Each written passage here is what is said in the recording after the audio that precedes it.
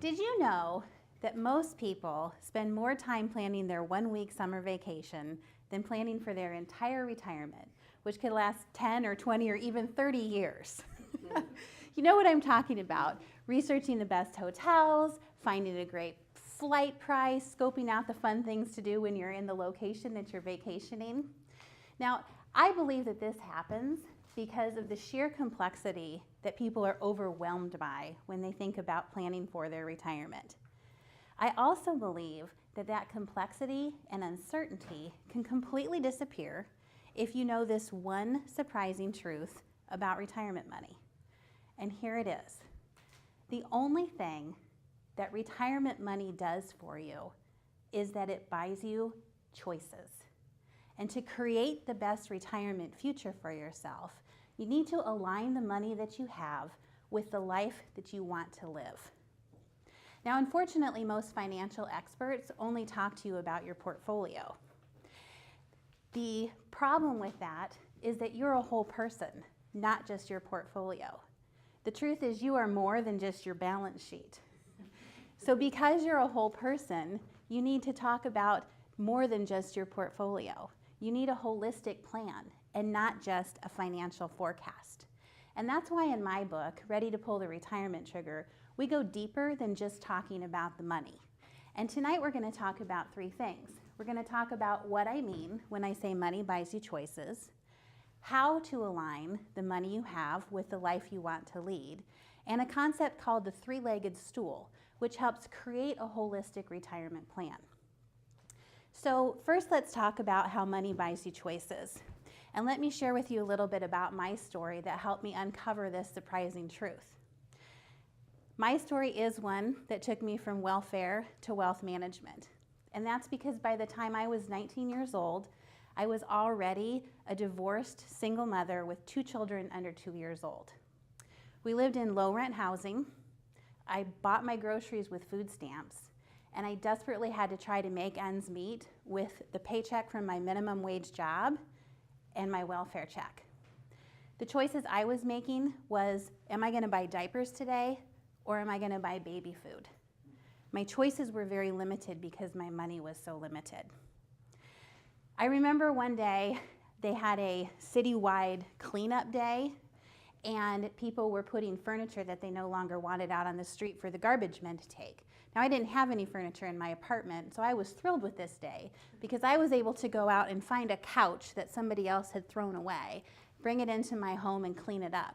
And I had to stuff a blanket into the hole in it so that there was level seating on this couch.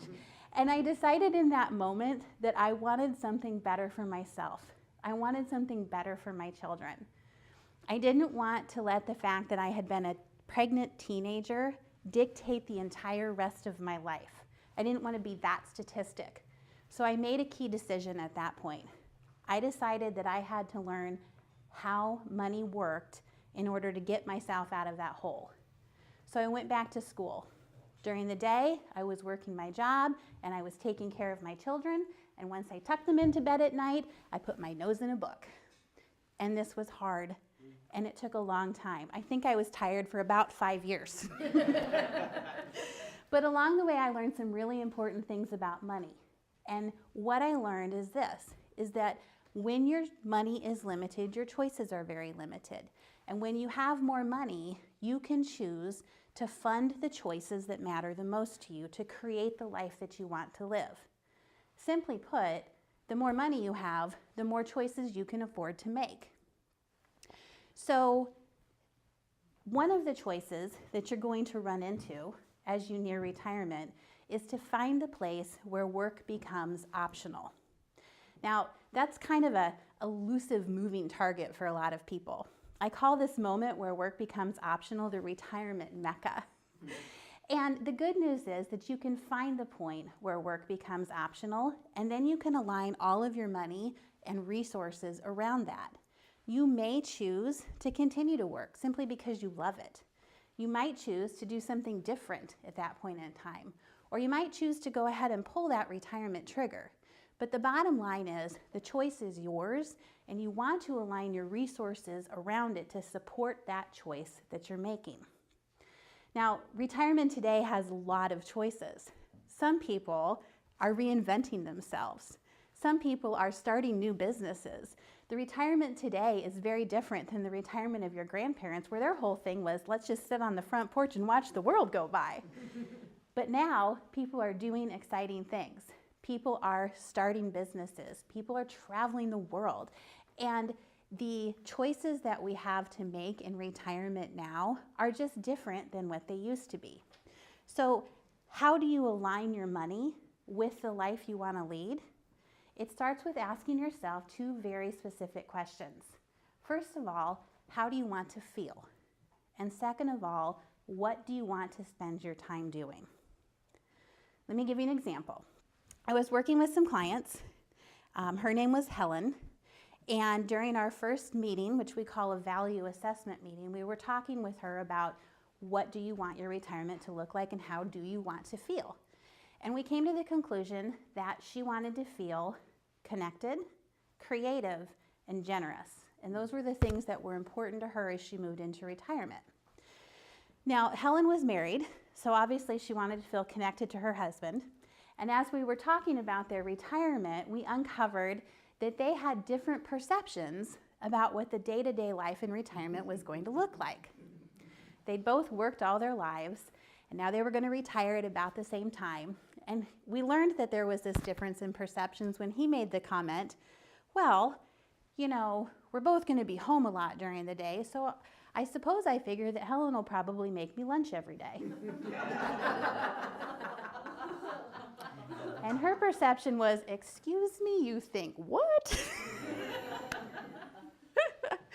So they had to think about what life was going to look like in retirement together because they weren't used to spending that much time together at home. The second thing that she wanted to be connected about was with her grandchildren. She had grandchildren that lived across the United States. So we aligned money inside her retirement budget to be able to travel twice a year to go see her grandchildren. That's the connected part. The creative part is that Helen was an artist. And so inside her retirement planning, we budgeted money for art supplies and for gallery exhibition fees. But the other thing that we did was when we talked about the idea of them downsizing their residence, we made sure that they knew they needed to find a place that was big enough for her to have an art studio so she could continue that important creativity piece that really fed her soul during retirement. The last piece of the retirement puzzle for her was the generosity. Helen had grown up very poor, and she had a passion for making sure that people in her community didn't go hungry. So we, of course, included some monetary donations in her retirement budget for the local soup kitchen, but we also spent time talking about how she would want to volunteer several days a week at her local soup kitchen because that was going to be the way that she showed her generosity and impacted her community. So you can see how, thinking along the lines of connected, creative, and generous, we were able to align Helen's retirement with the life that she wanted to lead going forward. Now, let's talk a minute about this concept called the three-legged stool. And balancing the three legs of your stool is a very critical component of a strong, holistic retirement plan. The three legs of the stool is emotional readiness, health-related issues, and financial factors. When I talk about emotional readiness, there's several different parts of this. So because of my 24 years in the financial industry, I've developed a very keen sense of awareness of how transition points in life create paradigm shifts when it comes to money. And let me tell you, there is a big shift in retirement when it comes to money. And here's why. All your life, you've been saving for retirement, and you know you're not supposed to touch that money, right? And now you're at a point where you're going to start to touch that money. So a lot of people fear that they're doing something wrong by using it because it's been off limits their whole life. And a lot of people are very afraid they're going to make a mistake in the way that they do that. So that's part of your emotional readiness, is working through that transition from saving to spending, and from going through that shift and understanding what the money's purpose is now at the point you are in your life, okay? The other part of the emotional readiness is determining how you want to feel in retirement and thinking about what you want to spend time doing. Those are the components of the first leg of the stool. The second leg of the stool is our health-related issues. You have to figure out the health insurance side of things. You have to understand how Medicare works, and it's very complex. There's long-term care issues to consider, and unfortunately, either you or your spouse might go through some type of chronic health issue during retirement. So planning for those is part of a strong holistic plan, and that's the second leg of our stool. Now the third leg of the stool is the financial factors. This is where the money does come into play. This is where your balance sheet and your portfolio are going to inform us of how we can fund the choices that you want to make in retirement.